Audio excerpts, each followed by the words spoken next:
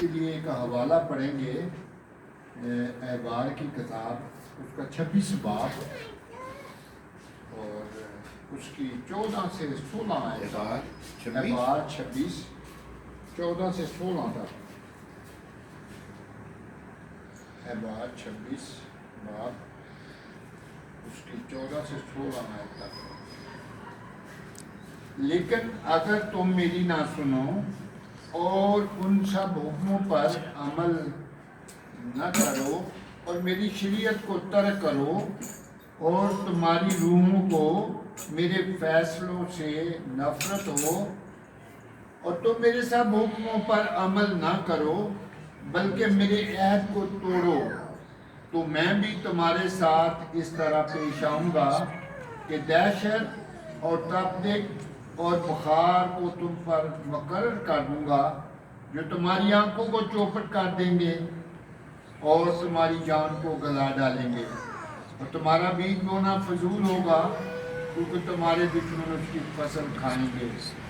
غلام کے کلام کے پڑھے اور سن جانے پر اس کی برکت نازل ہو. میرے عزیز بھائیوں، بہنوں، بیٹیوں، بیٹوں، خداوند کی اس زندہ کلام کو ہم آج دیکھتے ہیں. یہ کلام اس وقت خدا نے موسیٰ کی معرفت اپنی قوم بنی اسرائیل کو یہ پیش کیا. آج یہ وہی کلام آج ہماری زندگیوں میں بھی اسی طرح ہی ہے جو اس وقت تھا. اس میں سب سے جو اہم بات ہے وہ ہے نافرمانی. لیکن اگر تم میری نہ سنو، یہ کون کہہ رہا ہے؟ ہم غور اس بات پہ کریں کہ یہ کلام جو کلام میں لکھا گیا ہے، کیا میں کہہ رہا ہوں؟ کون کہہ رہا ہے؟ یہ جو کلام ہے یہ خدا کی طرف سے آج نہ صرف بنی اسرائیل قوم کے لیے ہے بلکہ یہ ہمارے لیے ہے. آج ہم اپنی زندگیوں پر غور کریں کہ کیا ہم ان حکموں کو، ان احکاموں کو جو خدا نے ہم پہ وارد کیے ہیں، ہمیں بتائے ہیں، کیا ہم ان پہ عمل کرتے ہیں کہ نہیں؟ اور ان سب حکم پر عمل نہ کرو. اب یہ لکھا نہ کرو، کرنے کے بارے نہیں، نہ کرنے کے بارے. یعنی اگر ہم ان پہ عمل نہیں کرتے تو پھر کیا ہوتا ہے؟ اور میری شریعت کو ترک کرو. اب شریعت کو دیکھنا پڑے گا کہ شریعت ہے کیا چیز. اور تمہاری روحوں کو میرے فیصلوں سے نفرت ہو، اور تمہاری روحوں کو، یعنی ہمیں کہہ رہا ہے خدا. کون کس کو کہہ رہا ہے؟ ہمیں کہہ رہا ہے کہ اگر جو باتیں میں تمہیں بیان کر رہا ہوں، اگر تم کو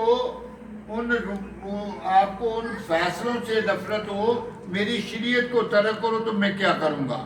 اب سوچنا یہ ہے کہ خدا ہمارے ساتھ کرے گا کیا. وہ کہتا ہے اور تم میرے سب حکموں پر عمل نہ کرو بلکہ میرے عہد کو توڑو، تو میں بھی تمہارے ساتھ اس طرح پیش آؤں گا. کس طرح پیش آؤں گا؟ کہ دہشت اور تپدق اور بخار کو تم پر مقرر کر دوں گا. اب دہشت کیا چیز ہے؟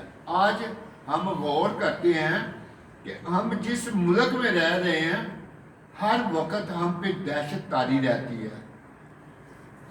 کبھی کسی حوالے سے، کبھی جڑا والا چل رہا ہے، کبھی شانتی نگر چل رہا ہے، کبھی سنگلا چل رہا ہے، کبھی سرگودا میں اسی دہشت کے تحت ہمیں زندہ جلایا جا رہا ہے.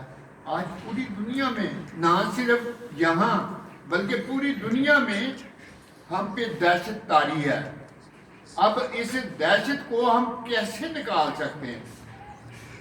جب ہم اس کے حکموں پر عمل کریں گے، کیونکہ اس نے ہماری خاطر اپنے آپ کو بلیدان کر کے ہمارے لیے مخلصی کا رستہ اپنایا. اب ہم دیکھیں گے کہ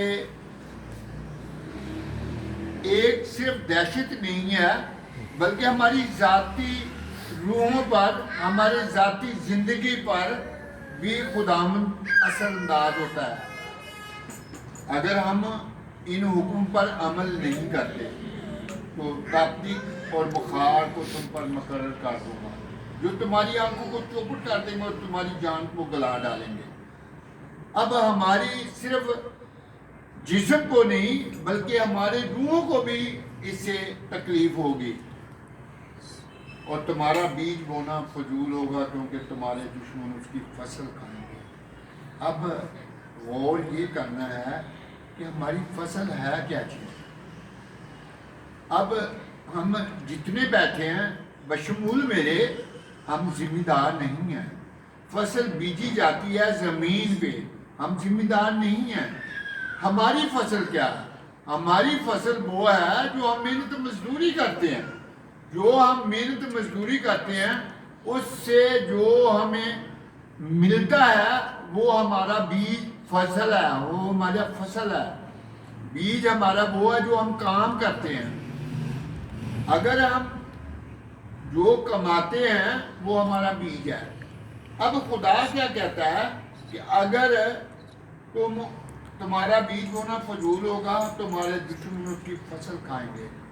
اب دشمن کیسے ہماری فصل کو کھائے گا؟ ہمارا دشمن ایسی فصل کو کھائے گا، ہمارے گھروں میں جب یہ مصیبتیں آئیں گی، ہماری بیج جو ہے، مثال کے طور پہ میں اس کو ایسے بیان کرتا ہوں، آپ 30,000 کماتے ہیں ایک ماہ کا۔ اب خدا ایسی مصیبت، ایسی بیماری ہمارے گھر میں وارد کر دے گا تو وہ 30 کا ہمیں 50 دینا پڑے گا۔ کیسے دینا پڑے گا؟ ہم ڈاکٹر کے پاس چلے گئے، وہ کہتا ہے 50,000 روپیہ اس کی فیس ہی ہے۔